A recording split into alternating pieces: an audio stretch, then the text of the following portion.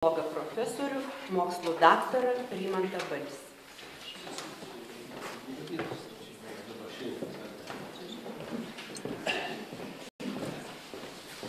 Labą vakarą visiems, atsiprašau, kad toks atsilapojęs, aš atsistojau prieš jūs, bet šilta gyvena labai. O dar čia pradėti dabar sakė, kad šiltas vakaras bus, tai aš iš anksto išsijuosiau.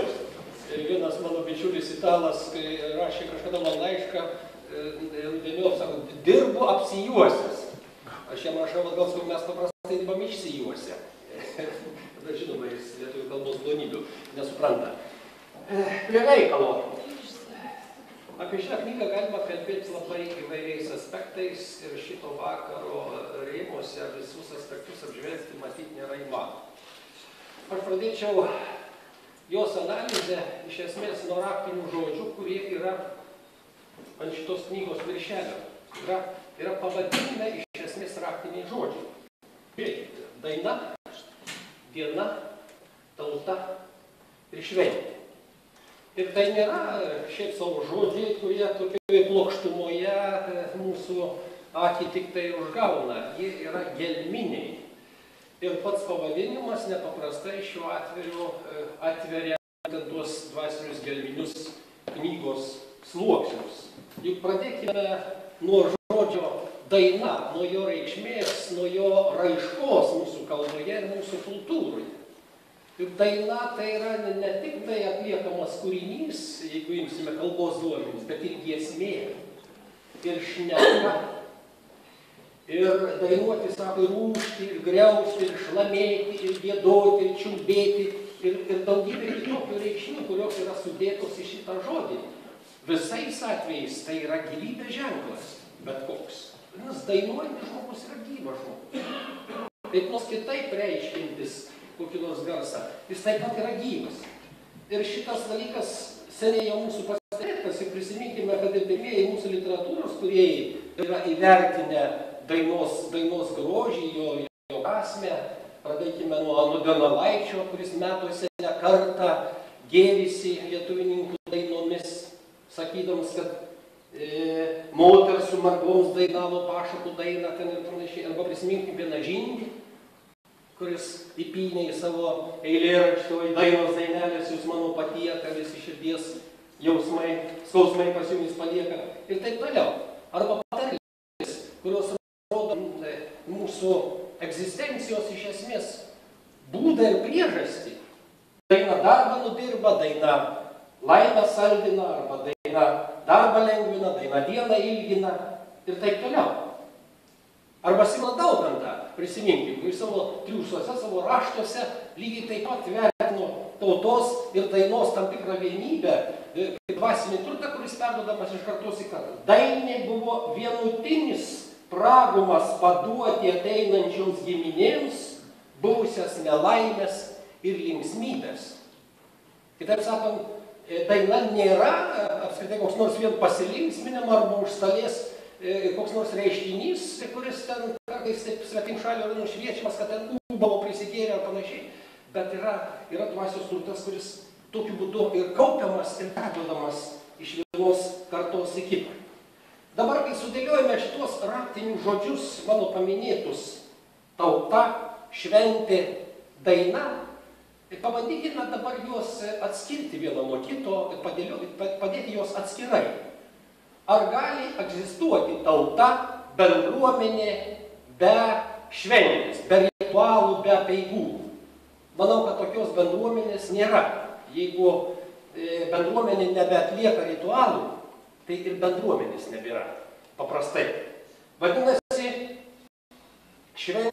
Toliau imkime dainą. Daina, kaip sakiau, yra ne tik tai dainuojamas tekstas, bet taip pat ir apskritai bet koks tekstas pasakytas. Vadinasi, tai yra žodis, kurį ritualą, kurią apeigą galime įsivaizduoti be žodžių. Šventame rašte ten pasakyti, pradžioje buvo žodis. Pradžioje buvo žodis. Vadinasi, turime tokius tris labai aiškius dėmenis, kurių vieno be kito mes negalime įsivaizduoti arba negalime jų atsieti vieno nuo kito. Jie yra suaugę. Šventė, daina, šventė, tauta. Arba skaitykime iš kito galo. Tauta, šventė, daina. Čia ir diena nėra kaip nors atsitiktinai pakliūsi. Mes puikiai žinome, kas yra diena ir kuo jinai skiriasi nuo nakties. Daugelį religijų ir mitologijų tai yra aiškiai suprantama, kad diena yra šviesusis paros metas, kada geri darbai, geri jausmai, geros jėgos pasaulį ir žmogų lanko. Naktis atvirkščiai, dažniausiai yra siejama su piktom, su blogom jėgom ir taip toliau. Vadinasi, darbus pradėti ir baigti mūsų įprasta buvo visada su saulės tekėjimu. Pradėti su saulės laida juos pabaigti. Taigi, diena šalia tautos šventės ir dainos čia taip pat, mano galva, yra reikšminga. Kalbant apie knygos struktūrą ir jos turinį, čia jau yra iš tikrųjų ką veikti ir analizuoti ir aš manau, kad šita knyga iš tikrųjų susilauks ne vienos recenzijos ir išsamios. Galbūt kažkam ir nepatiks, ypatingai gali nepatikti tiems, kuriems tauta nėra vertybė, kuriems dvasinis turtas ir vienybė tautos apskritai nėra vertybė, kuriems tėvynė yra ten, kur didesnis kąsnis arba riebesnis ir panašiai. Tai žinoma, čia gali tokie kosmopolitai pasižiūrėti kaip į tokį, kaip į menko vabalo ropojimą per lapą. Bet tiems, kurie yra svarbu šitie dalykai pamatiniai, kurie vertybės iš esmės tebeturi ir išpažįsta jas, tai čia yra labai svarbus dalykai. Žvelgite į struktūrą. Iš tikrųjų, pradedama nuo genezės ir ne šiaip savo pasiimamas objektas, kad tai yra dainų šventė. Štai aš pradėjau nuo 24 metų, nu ir tada analizuoju, kas dainavo, kaip stovėjo, kaip apsirengavo, kuo mažiavo ir panašiai. Galima šitaip būtų, ar ne, šitą šventę analizuoti ir gal tai irgi nebūtų blogai, tam tikras etnografinis toks visiškai aspektas. Bet čia yra keliamas genezės klausimas. Iš kur? Iš kur ir kaip formavosi visas šitas judėjimas, visas šitas tekstas. Ir užgriebiama labai iš toli nuo 15 amžiaus. Taigi, knygos chronologinės ribos yra 15-21 amžius, tai iš esmės 600 metų, tai iš esmės mūsų krikščioniškos kultūros visas laikotarpis, jeigu taip imsime. Tai retas tyrėjas drįsta taip užgriebti tokius, sakykime, laukus chronologinius, nes dažnas apsiriboja, 20 amžiaus pabaiga ten 21 amžiaus, arba anksčiau buvo madinga 19 amžiaus pabaiga, 20 amžiaus pirmoji pusė, kokius nors reiškinius analizuoti. Čia yra pateikiama tokiam plačiam chronologiniam lauke ir dėl to labai reikšmingas ir svarbus čia iš karto pasidaro tas istorinis, kultūrinis, religinis ir netgi, sakyčiau, ekonominis, nors profesorius ir nenaudoja šito žodžio savo knygoje, bet ir ekonominis aspektai. Čia yra labai svarbus ir rodantis, kokį vaidmenį vis tik čia suvaidina būtent šitas judėjimas. Kaip jis radosi ir kaip jis vaidina. Toliau, periodizacija, jeigu žiūrėkime, vėlgi labai logiška, labai aiški ir labai nuosekli. Išskiriami tokie 3 etapai, kurie yra išskirtinai reikšmingi šitam procese aiškiai ir lygiai taip pat išskirtinai reikšmingi valstybės, tautos, jos mentaliteto, jos kultūros formavimuose. Tai yra laikotarpis nuo pirmųjų švenčių iki okupacijos, laikotarpis sovietmečio, kuris dar irgi labai išsamizuota, viskas raudonai nutapyta ir taip toliau. Pastebima ten ir gerų dalykų.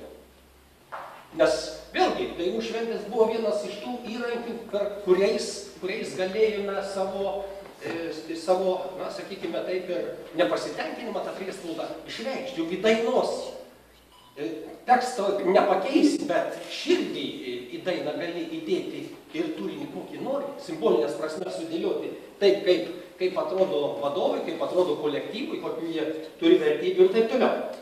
Na ir užbaigiama iš esmės knyga yra, sakyčiau, aš taip, tokiam perspektyvomis, kokioj būsenoj esam ir kas laukia ateityje, koks yra užaugintas atolas. Kalbama apie moksleivių dainų šventes, nes tai yra ateitis. Tai yra tie, kurie pakeis vyresniosios kartos choro dalyvius, vadovus ir taip toliau, ir taip toliau. Na ir galų galia apskritai aš pavadinčiau aruodais. Tai yra aruodai tai yra tai tos asmenybės, tie žmonės, kurie visą šitą procesą, visą šitą judėjimą formavo, kurie tas vertybės ir akcentus sudėliojo šitame judėjime, šitoje šventėje. apžvelgiant visą struktūrą ir turinį, dar kartą aš akcentuočiau 3 reiškus. Tai reiškinio raida ir tėkmė, būtent apimanti tas 600 metų iš esmės tarpsnį. Toliau, kad dainų šventė įvelkama į tautos kultūrinį, istorinį ir religinį labai aiškų rūbą. Ir trečia, tai yra labai, sakyčiau, tiksli, labai logiška, labai aiški ir pamatuota ir argumentuota periodizacija. Dabar yra žinoma tokių skaitytojų, kurie knygas skaito šitai, paskaito įvadą, paskui paskaito išvadas ir paskui rašo recenzijas. Tai čia šitie, kurie taip elgtųsi, gali pakliūti tam tikras pinkas, nes jeigu ieškoti to esminio rakto į šitą knygą arba esminių įžvalgų ir esminių išvadų šitos knygos, tai gali apsirikti tas, kuris atsiras 339 puslapį ir skaitys iki 343. Tai yra išvadų visas skilti. Aš pasirinkčiau išvadoms arba apibendrinimui arba esminėms įžvalgoms visai kitą vietą. Tai yra puslapis 172, kur iš esmės yra sudėlioti pagrindiniai visos šitos knygos akcentai. Tai yra dainų šventės samprata. Štai kaip autorius įvertina arba kaip siūlo į šitą reiškinį žiūrėti per kokią prizmę. Pirma, čia numeracija mano, profesorius kažkodėl mėgsta taškus tokius didelius dėtis. Rutuliukus, gal aš nežinau, kas tai yra. Tai man patinka skaičiai. Pirma, dainų šventė vyksta tik tautos kultūroje. Antra, šventė yra grindžiama tautinė idėja, šventės pavidalas, forma turi savo ištobulintą meninę architektoniką. Trečias, šventinis koncertas vyksta ritualinėje atmosferoje, dėl to šventės prasmės manifestuojamos ir pajaučiamos simbolizmo lygmenyje. Ketvirta, dainų šventės efektyvumas koncentruojasi ne į tiesioginį meninį ar socialinį efektą, o į šventimą kaip meninį ir dvasinį procesą. Ir penkta, šventės efektyvumo kriterijus yra tos meninės ir dvasinės vertybės, kurias jai priskiria tauta.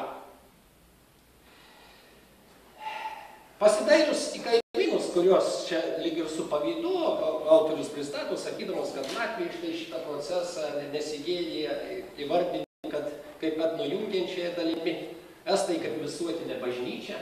Aš manau, kad paskutiniosios dainų šventės ir pavadinimas, ir idėja, ir jos tas simbolinis rūbas, į kurį dainų šventė buvo vilkta, iš esmės niekiek neprasčiau atspindi ir mūsų pajautas, ir mūsų supratimą apie dainos šventę.